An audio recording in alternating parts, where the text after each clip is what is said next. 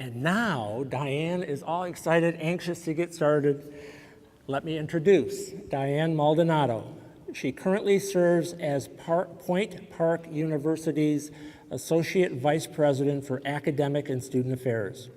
In addition to her administrative responsibilities, she also teaches in the university's School of Arts and Sciences. Diane is a Middle States Commission of Higher Education institutional evaluator and served as a professor of communication arts, assessment of student learning coordinator, and acting dean of the Community College of Allegheny County, where she worked from 1990 to 2008, along with our immediate past president, Rob Farinelli. Diane holds a Bachelor of Arts degree in English from Allegheny College and a Master of Arts and a PhD in English. She will speak to us about the current state of student learning outcomes assessment in higher education by tracing trends in regional accreditation and by reporting research findings related to the progress and pitfalls in the assessment of student learning. Diane will also look at future paths to help colleges and universities become better at assessing student learning outcomes in order to illustrate educational value and quality to our stakeholders. Please join me in welcoming Dr. Maldonado to our conference as she helps us in navigating the waters of assessment.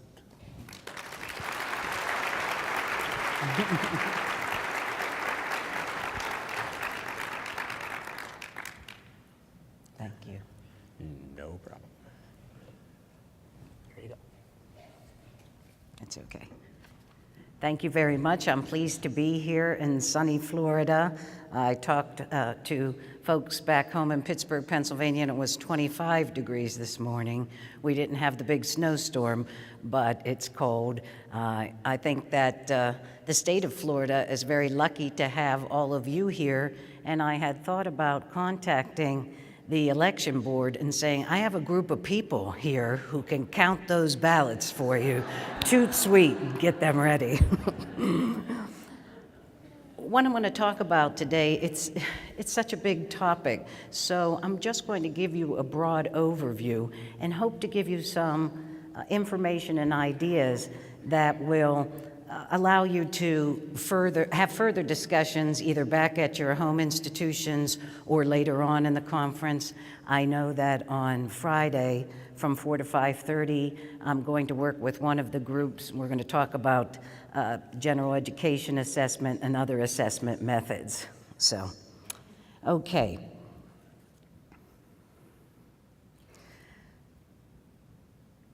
What I want to do is to first start out with a brief overview about the current state of student learning outcomes assessment. And I'm going to take a lot of information from NILOA. That's the National Institute of Learning Outcomes Assessment.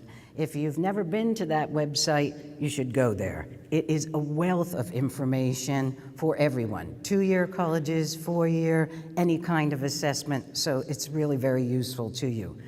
I'm going to talk a little bit about regional accreditation standards and the actions that some of these agencies have been taking over the last several years. I want to concentrate on some trends in 2-year colleges that I think will be of particular interest to you, and then finally discuss some future initiatives that promote improved student learning and also transparency. Not only do we have to assess, but we should share our successes with others and show just how well the community college system works. Okay. Now, as you'll see, I picked up on the water theme, and I'm very proud of this wave, okay? So I'm gonna leave it up there just for now. Look, and it moves off the screen. Oh, I'm so excited.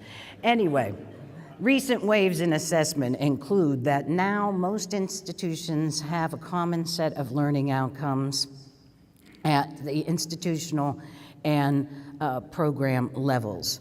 Notice that they have assessment processes now. The time for plans over. You can't go up in front of the accrediting boards now and say, well, we have a plan. Oh, they don't care about the plans anymore.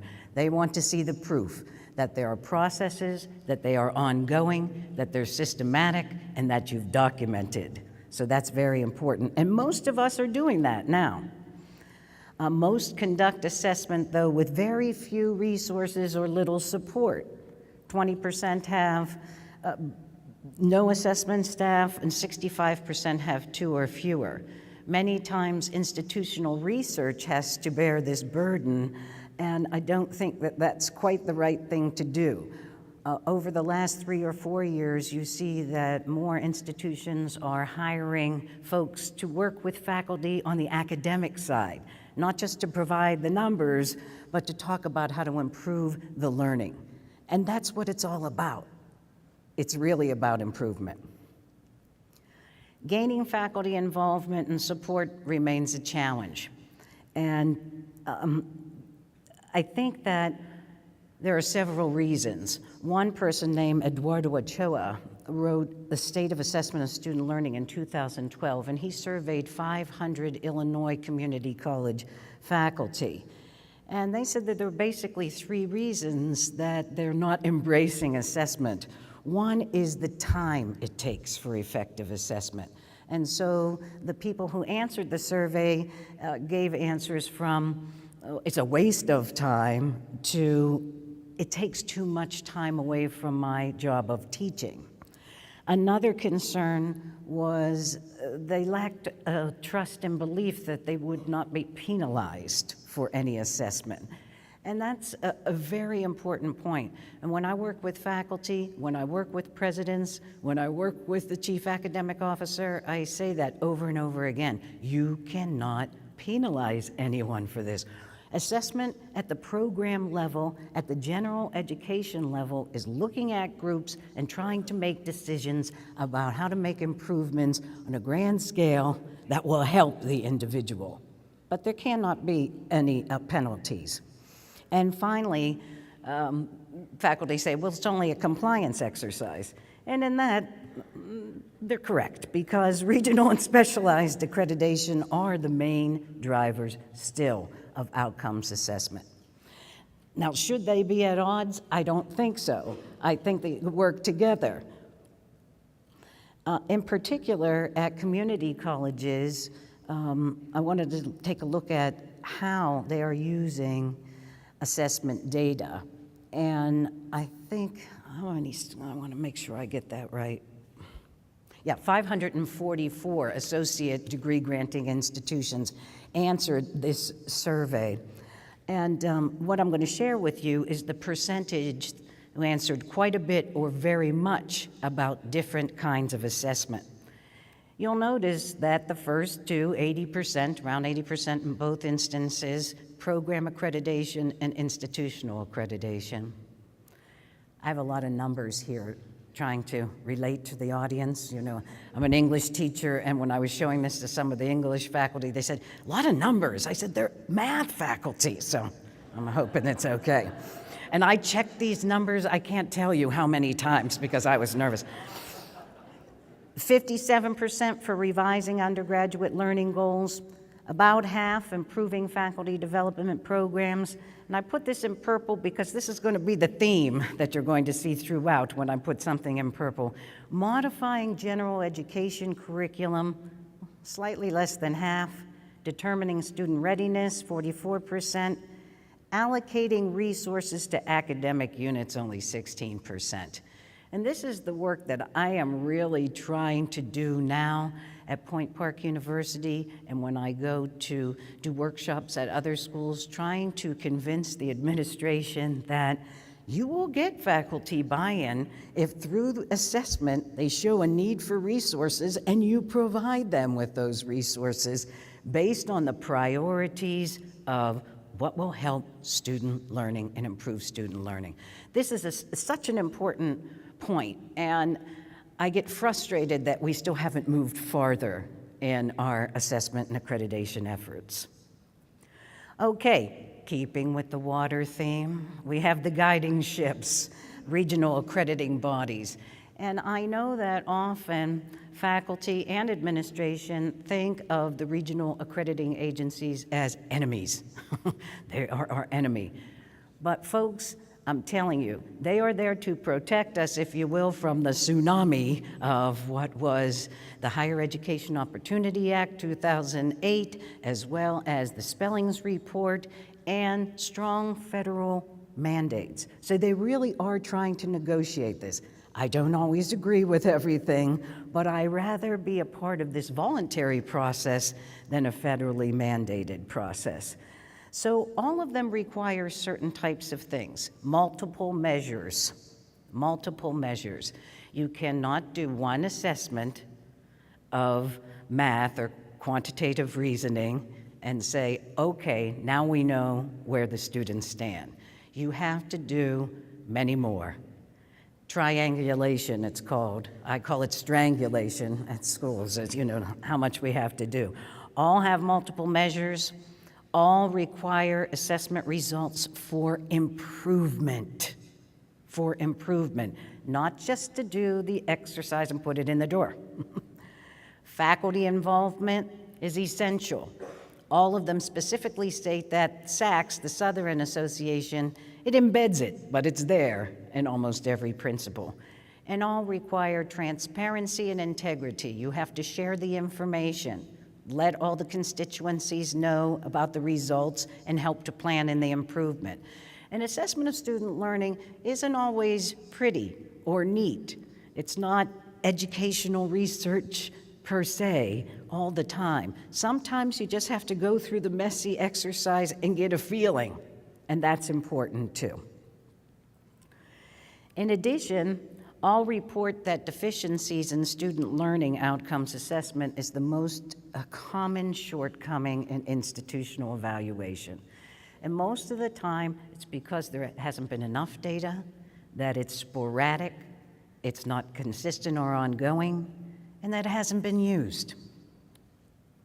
To that end, all but one have now been providing regular ongoing workshops and materials that posted on their websites to help with assessment activities.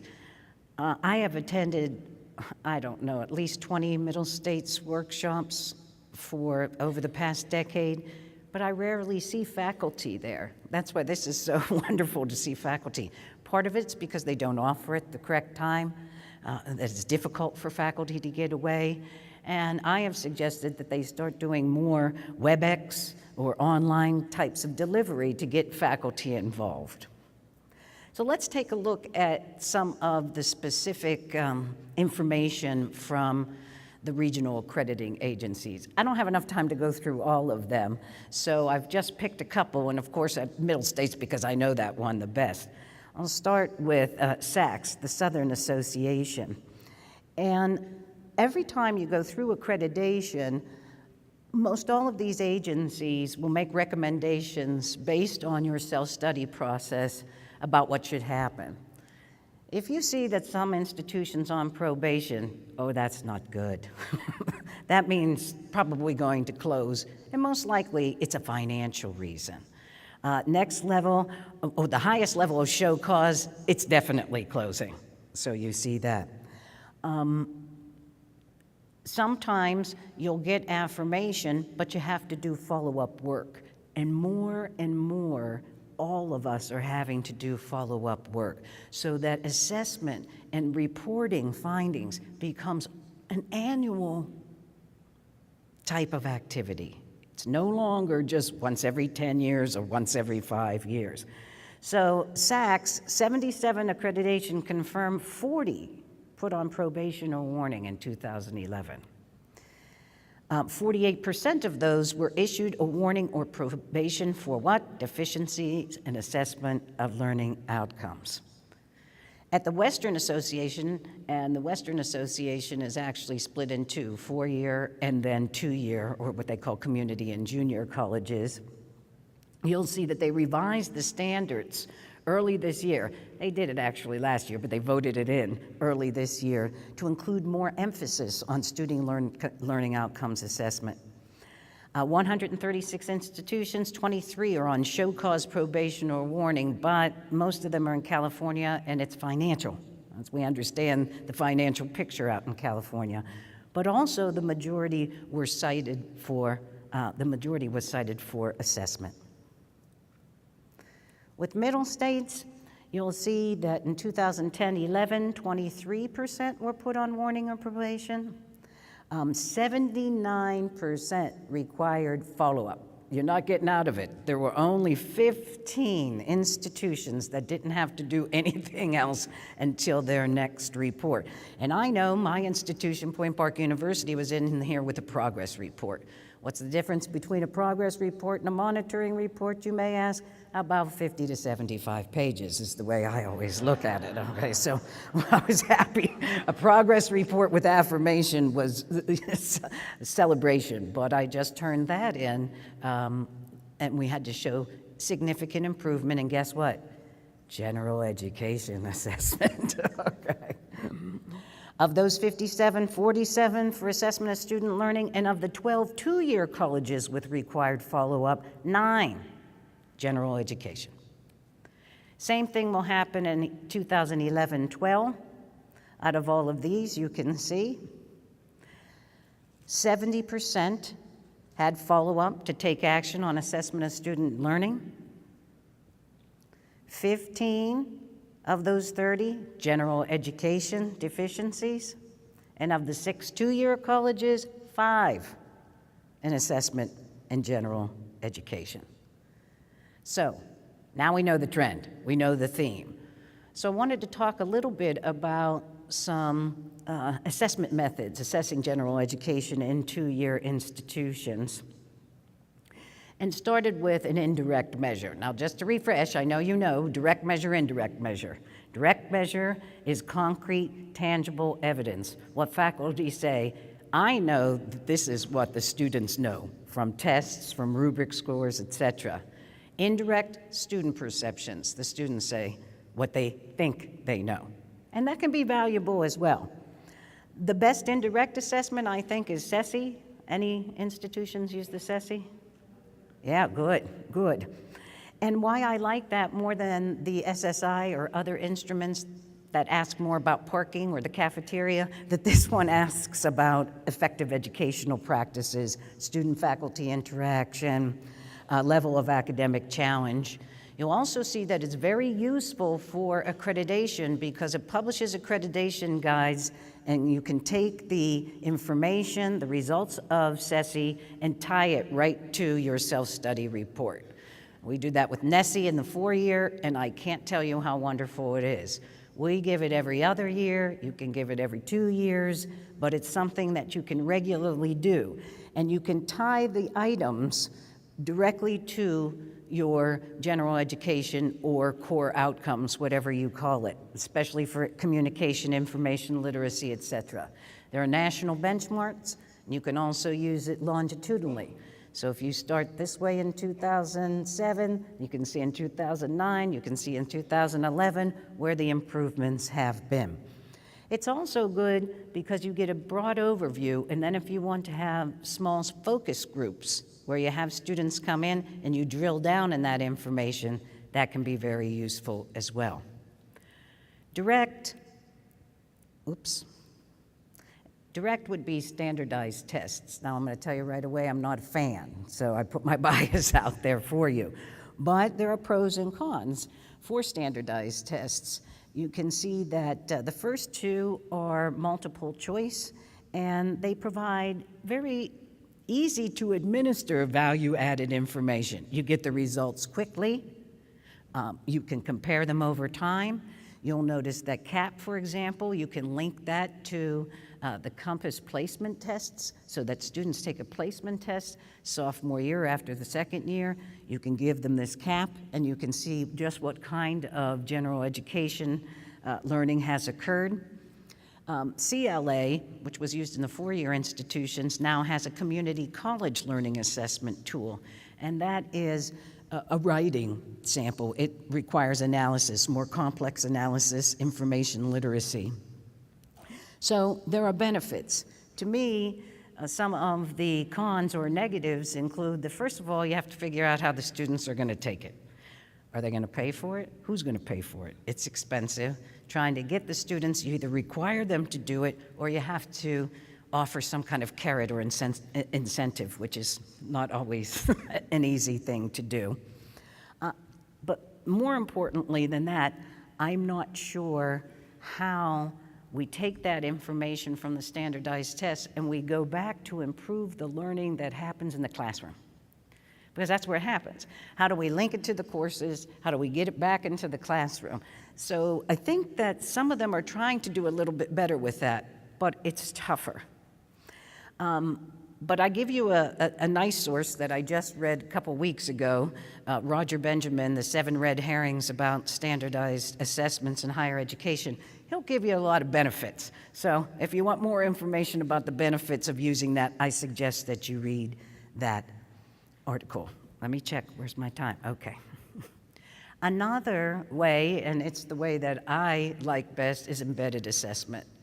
That faculty reviews student work across course sections using a common rubric, or they use embedded test questions and do an item analysis of it. It's meaningful, it's there, but it takes time. And you know, I believe in always providing a nice meal for faculty when they participate in the general education assessment and a small stipend. I try as hard as I can to get it out of the Center for Teaching Excellence. I run that, so I try to pull my budget that way. But it's good to do that as well. Portfolios, wonderful way, wonderful way. It takes time to start it, but once it's in place, it really works well. LaGuardia Community College in New York has an e-portfolio on core competencies. If you go to their website, you will see some fantastic information and some ideas that you may use about developing your own e-portfolio.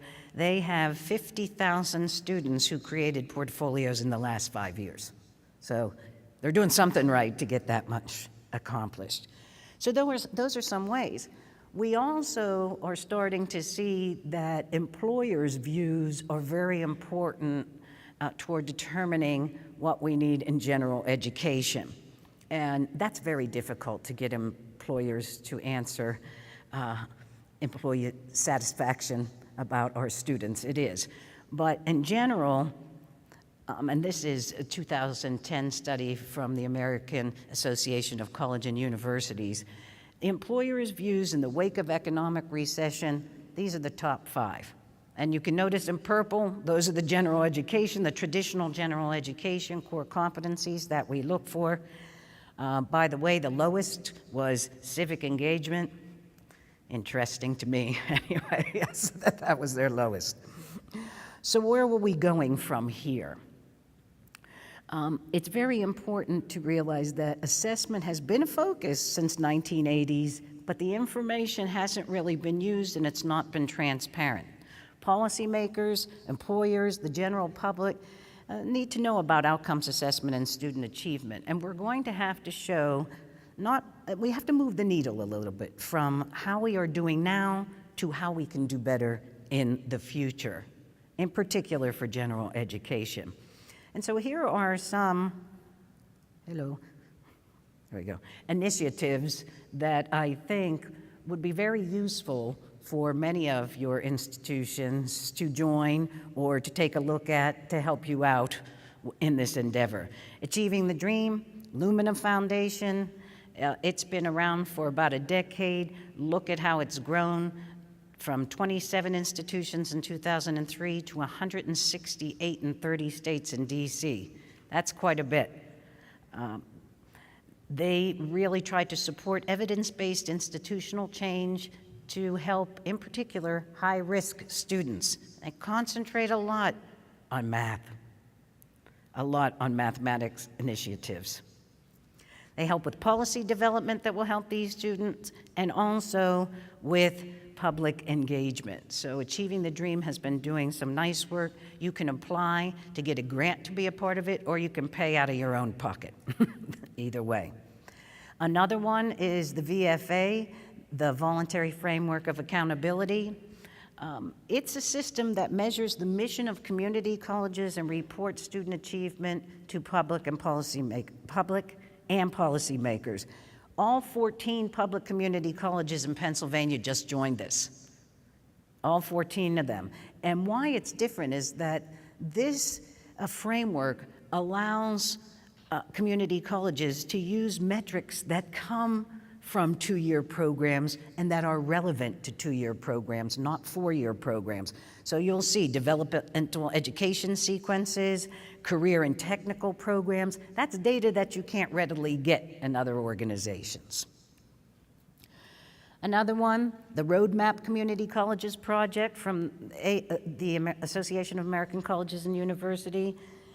It's a smaller initiative. I don't know that much about it, but it seems to be doing some good work. But what I liked about it, that it was part of LEAP, the Liberal Education in America's Promise. And these LEAP essential learning outcomes are becoming very important in all of the assessment and accreditation endeavors. And these are the 4 essential outcomes that we're trying to prepare students for 21st century realities, and you can see that a lot of it is tied with general education. LEAP is influential on the degree qualifications profile.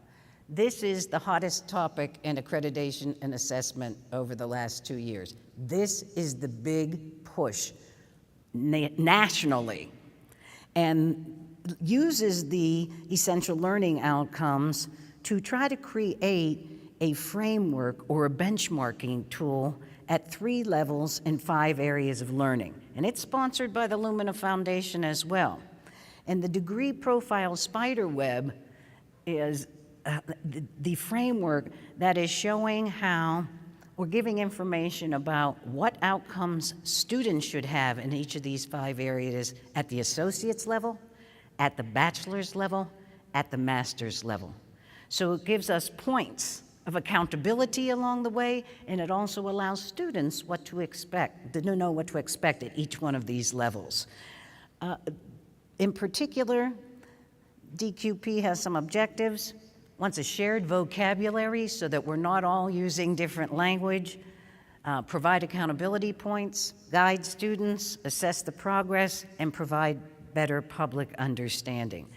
The VFA that I mentioned is working with this, and in the Western, the Western Accrediting Agency will be piloting this for the next 2 years, so we'll be seeing that information. It all comes back now to transparency, and Ashley Finley, in a 2012 report, said the mandate of the 21st century isn't to conduct an assessment, it is to be able to articulate how well students are learning on campuses and to demonstrate the collective worth of higher education. So it's not always about what we do wrong, but what we do right. And so, gotta brag a little. Now that little icon, it took me, with a PhD, a good 20 minutes to realize, oh, my crown is bigger than your crown.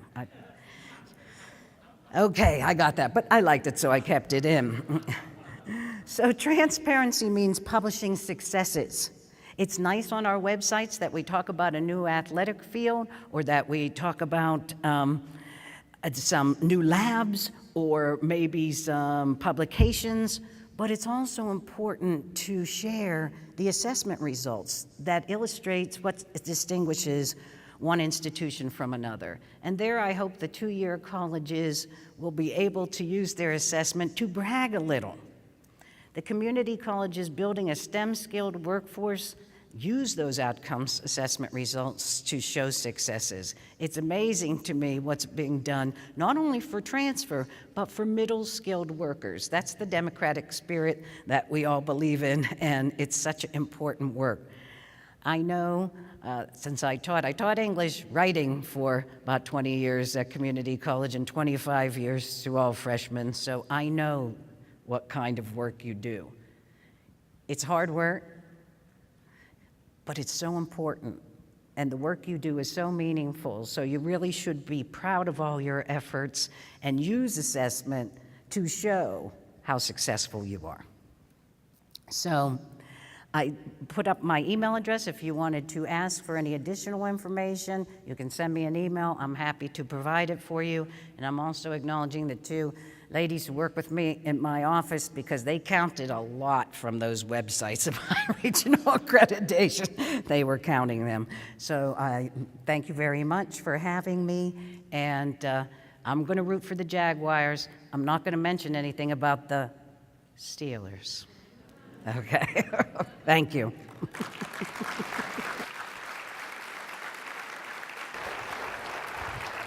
Well done. Wait, certificate. Oh, okay. And photo. Gotta get your picture taken. Thank you.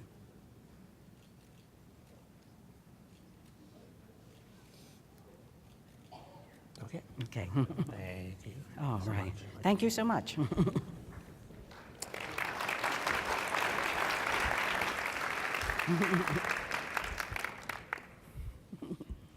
we go.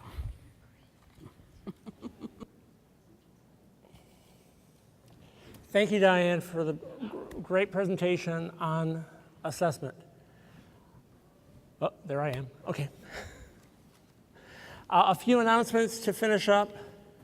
There is a new session. As I said, because of Superstorm Sandy, we have had a number of cancellations, not only in attendees, but in our presentations. So we have a replacement presentation by Pat McKeague, Friday at 10:10 in River Terrace 3. Pat is going to be talking about Islam and mathematics, a story of cooperation and peace.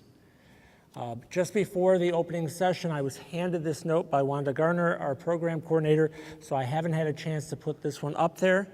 It's moving workshop number 6. The presenters weren't able to come into Jacksonville for their session that was scheduled today.